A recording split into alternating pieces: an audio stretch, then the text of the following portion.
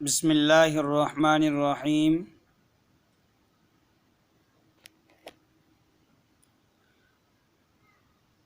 اردو جماعت 8ویں کی یہ کتاب ہے جے کے بورڈ۔ سبق چل رہا ہے، آج دوسرا سبق ہے کاہلی کے متعلق۔ کاہل کہتے ہیں سست آدمی کو۔ تو اس سبق میں یہ باتیں بتائی گئی ہے کہ کاہل اور سست سے دنیا میں کیا نتیجہ ہوتا ہے۔ خیر، اب سبق شروع کرتے ہیں۔ کاہلی ایک ایسا لفظ ہے جس کے معنی سمجھنے میں لوگ غلطی کرتے ہیں۔ لوگ یہ سمجھتے ہیں کہ پاؤں سے محنت نہ کرنا، کام کاج و محنت مزدوری میں چستی نہ کرنا، اٹھنے بیٹھنے چلنے میں سستی کرنا کاہلی ہے۔ کیا سمجھتے ہیں؟ دوبارہ، کاہلی ایک ایسا لفظ ہے جس کے معنی سمجھنے میں لوگ غلطی کرتے ہیں۔ لوگ یہ سمجھتے ہیں کہ پاؤں سے محنت نہ کرنا، کام کاج و محنت مزدوری میں چستی نہ کرنا، اٹھنے بیٹھنے چلنے میں سستی کرنا کاہلی ہے، مگر یہ خیال نہیں کرتے کہ دلی قوا کو بیکار چھوڑ دینا سب سے بڑی کاہلی ہے۔ ہاتھ پاؤں کی محنت اوقات بسر کرنے اور روٹی کما کر کھانے کے لیے نہایت ضروری ہے۔ دلی قوا کا مطلب ہے دل کی طاقت۔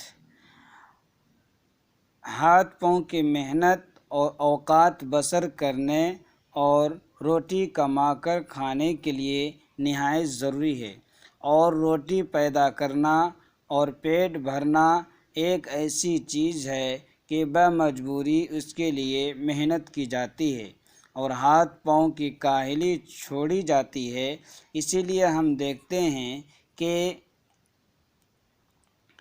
محنت مزدوری کرنے والے لوگ اور وہ جو کہ اپنی روزانہ محنت سے اپنی بسر اوقات کا سامان مہیا کرتے ہیں، بہت کم کاہل ہوتے ہیں۔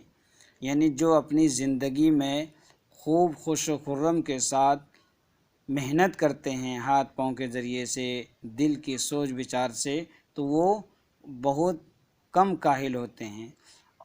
محنت کرنا اور سخت کاموں میں ہر روز لگے رہنا، یعنی مشکل کاموں میں، گویا ان کی طبیعت ثانی ہو جاتی ہے، یعنی طبیعت بدل جاتی ہے۔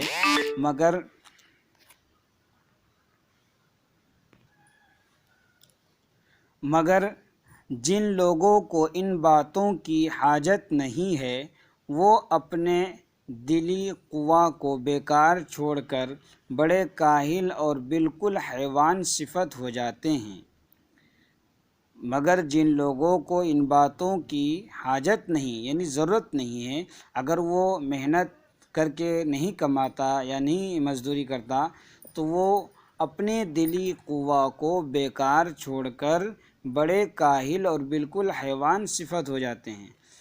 تو یہ سچ ہے کہ لوگ پڑھتے ہیں اور پڑھنے میں ترقی بھی کرتے ہیں، اور ہزار پڑھے لکھوں میں شاید ایک کو ایسا موقع ملتا ہوگا کہ اپنی تعلیم کو اور اپنی عقل کو ضرورتاً کام میں لاوے۔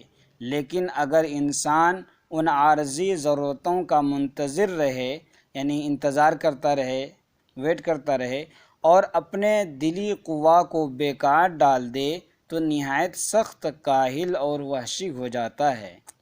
انسان بھی مثل اور حیوانوں کے ایک حیوان ہے، اور جب کہ اس کے دلی قوا کو تحریک سست ہو جاتی ہے اور کام میں نہیں لائی جاتی، تو وہ اپنی حیوانی خصلت میں پڑ جاتا ہے۔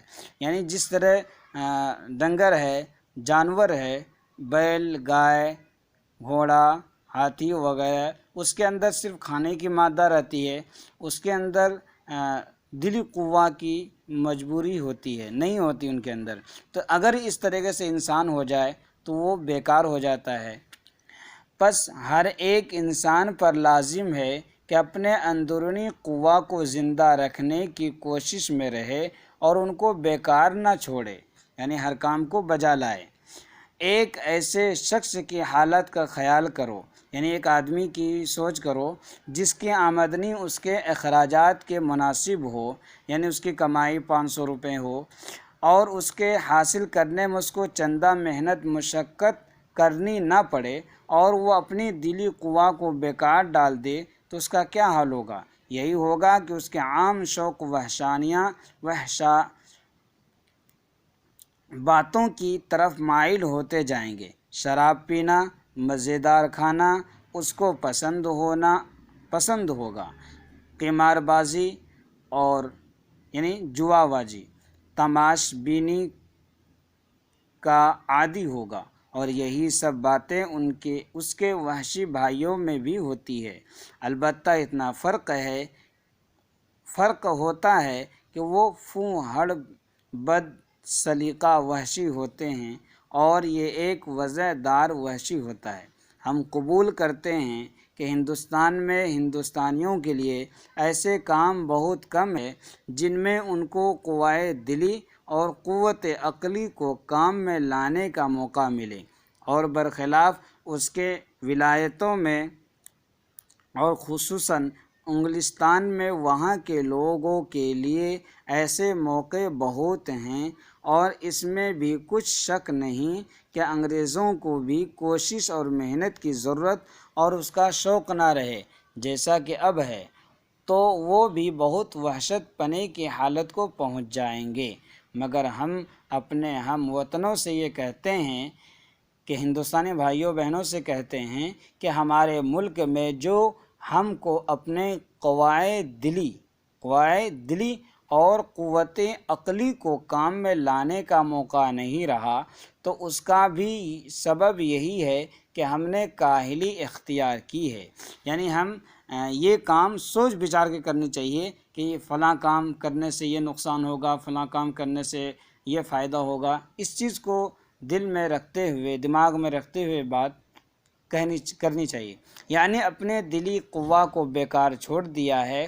اب اگر ہم کو قوائے قلبی اور قوت عقلی کو کام میں لانے کا موقع نہیں ہے تو ہم کو اسی کی فکر اور کوشش کرنی چاہیے کہ وہ موقع کیوں کر حاصل ہو.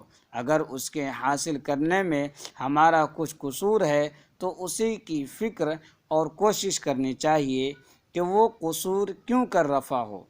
غرض کہ کسی شخص کے دل کو بیکار پڑا رہنا نہ چاہیے. کسی نہ کسی بات کی فکر و کوشش میں مصروف رہنا لازم ہے، ضروری ہے، تاکہ ہم کو اپنی تمام ضروریات کے انجام کرنے کی فکر اور مستعدی رہے، یعنی ہر وقت تیار رہے، چوکنا رہے. اور جب تک کہ ہماری قوم سے کاہلی یعنی دل کا بیکار پڑا رہنا نہ چھوٹے گا اس وقت تک ہم کو اپنی قوم کی بہتری کی توقع کچھ نہیں ہے. نہایت حکیمانہ قول ہے. اب سبق پورا ہو گیا. سبق پورا ہونے کے بعد لاسٹ میں حضرت مولانا سر سید احمد خان رحمۃ اللہ علیہ ایک شعر لکھتے ہیں: بیکار مباش کچھ کیا کر، بیکار مباش کچھ کیا کر، گر کر نہ سکے تو کچھ کہا کر. یعنی یہ مباش فارسی لفظ ہے کہ کوئی بھی انسان بیکار مت رہا کرو، بیکار بیٹھ کے مت رہا کرو. اگر یہ بھی نہ کر سکو تو کسی کو کوئی بھلی بات بتا دیا کرو، کچھ مشورہ دے دیا کرو. خلاصہ یہ ہے. تو بچوں اب دوسرا سبق پورا ہوا، کل انشاءاللہ تیسرا سبق پڑھیں گے.